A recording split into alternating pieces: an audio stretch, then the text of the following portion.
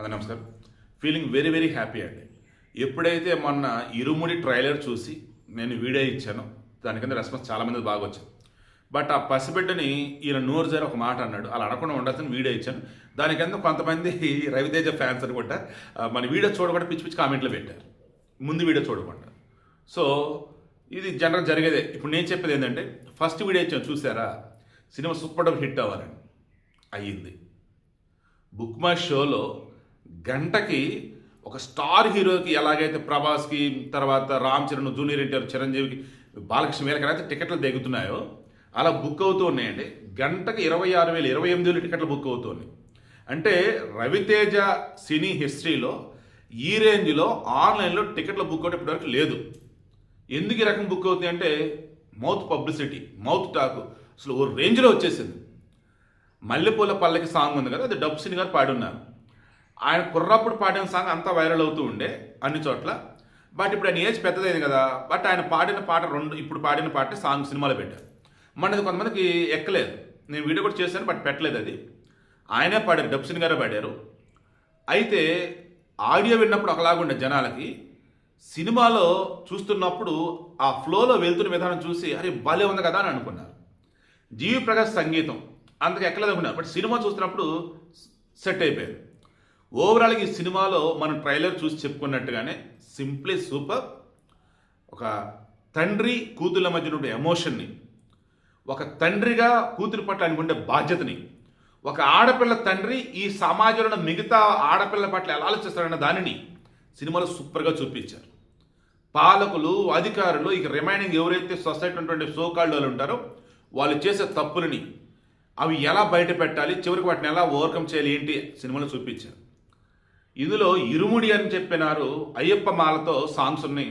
అలా అని చెప్పేసి భక్తి సినిమా కాదు.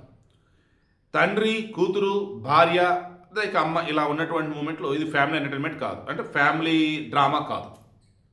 అలాంటి క్రైమ్ ఎలిమెంట్స్ ఉన్నటువంటి క్రైమ్ థ్రిల్లర్ కాదు. అలా అని చెప్పేసి తాగుతున్నాడు కదా, మాలలో లేనప్పుడే ఈ రకం ఉంటూ మరి మాలలో ఉన్నప్పుడు ఎందుకు రకం ముట్టుకోవని చెప్పేసి అంటే మాల, స్వామి, భక్తి అది ఇందులో చూపిస్తారు. అన్నిటి మించి ఇందులో మనకు కావాల్సింది ఏంటంటే, ఆ సీలేరు అందాలు ఉంటాయి చూసారా, ఆంధ్ర ఒడిశా బార్డర్ సూపర్ ఉంటాయండి. అసలు విజువల్స్ అన్ని విజువల్ ఫీస్ట్ అండి ఈ సినిమాలో. తర్వాత ఓలల్లో ఆడపిల్లల పట్ల ఎవరెవరు ఏ రకంగా వాళ్ళ దృష్టి ఉంటుంది, ఏ రకంగా చూస్తారు ఈ సినిమాలో చూపించారు. మెయిన్గా నేను చెప్పదలుచుకుంది ఏంటంటే, రవితేజ గతంలో విక్రమార్కుడు అనే సినిమాలో విశ్వరూపం చూపించాడు. కిక్ అనే మూవీలో వచ్చేసి తనలో ఉన్నటువంటి కామెడీ ఎలిమెంట్స్ని చూపించాడు. ఇక రకరకాల సినిమాలు ఒక్కొక్క రకంగా చూపించిన ఈ సినిమాలో అన్నీ కలగలిపి చూపించాడు. బట్ సినిమా చూస్తున్నంతసేపు మనకి మాస్ మహారాజా గుర్తురాడు. తెలుగు సినిమాకి సంబంధించి ఆ కళామ తల్లి ముద్దుబిడ్డ గుర్తొస్తాడు. రవితేజ అంటే ఇది కదా అనిపించింది. అసలు ఆయనకి ఇచ్చిన రోల్ని ఏ రేంజ్లో ప్లే చేశాడంటే, మలయాళ సినిమా గుర్తొచ్చింది, తమిళ సినిమా గుర్తొచ్చింది. ఎందుకు వాళ్ళు ఇటువంటి రోల్ ప్లే చేయగలరు, బట్ ఇక్కడ మన రవితేజ ప్లే చేశాడు. తనకున్నటువంటి మాస్ ఇమేజ్ పక్కన పెట్టాడు, తనకున్నటువంటి స్టార్ హీరో ఇమేజ్ పక్కన పెట్టాడు.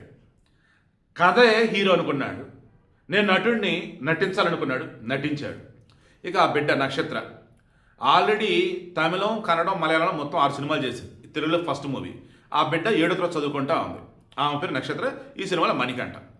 ఈ మణి పాత్ర ద్వారా ఒక ఆడపిల్ల అన్నప్పుడు తండ్రితో ఎటువంటి రిలేషన్ బాండింగ్ ఉంటుంది. అండ్ ఊళ్ళలో జరిగే వాటికి సంబంధించి ఆ పసిబిడ్డ ఎలా రియాక్ట్ అయ్యింది, స్కూళ్ళలో జరిగే వాటికి సంబంధించి ఆ బిడ్డ ఎలా రియాక్ట్ అయ్యింది, తన కళ్ళ ముందు కనపడ్డదాన్ని తండ్రికి ఎలా చెప్పింది, ఇలా అన్నీ కూడా అండి. సినిమా నిజంగా చాలా బాగుంది.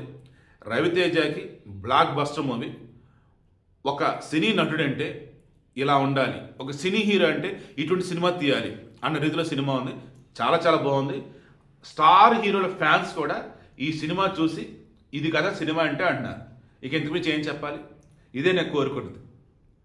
సినిమాని మనం ఫీల్ అవ్వగలగాలి, అందులో మనం పరకాయ ప్రవేశం చేసి కాసేపు ఆ సినిమాలో మనం భాగం అయిపోవాలి. అలా చేశాడు. Cinema grand success, Ravi Teja comeback. And ఇప్పటికన్నా తెలుగు సినీ హీరోలు అన్న వాళ్ళు కథే హీరో అనే విషయం గుర్తుండు. మా ఫ్యాన్స్ ఊరుకోరు అన్నట్టుగా మీకోసం సినిమా కథలు కాదు, సినిమా కథలో మీరు లీనమైతే ఎలా ఉంటుందో ఈ ఇరుముడి సినిమాలో రవితేజ చూపించాడు. చూసి తెలుసుకోండి, నేర్చుకోండి. కొంతమందికి చెప్తా, మిగతా కొంతమంది నో డౌట్ దుమ్ము దులిపే హీరో ఉన్నారు మన దగ్గర. బట్ రవితేజ మాత్రం నో డౌట్ అసలు సిస్టరైనటువంటి తెలుగు సినీ నటుడు ప్రూవ్ చేశాడు.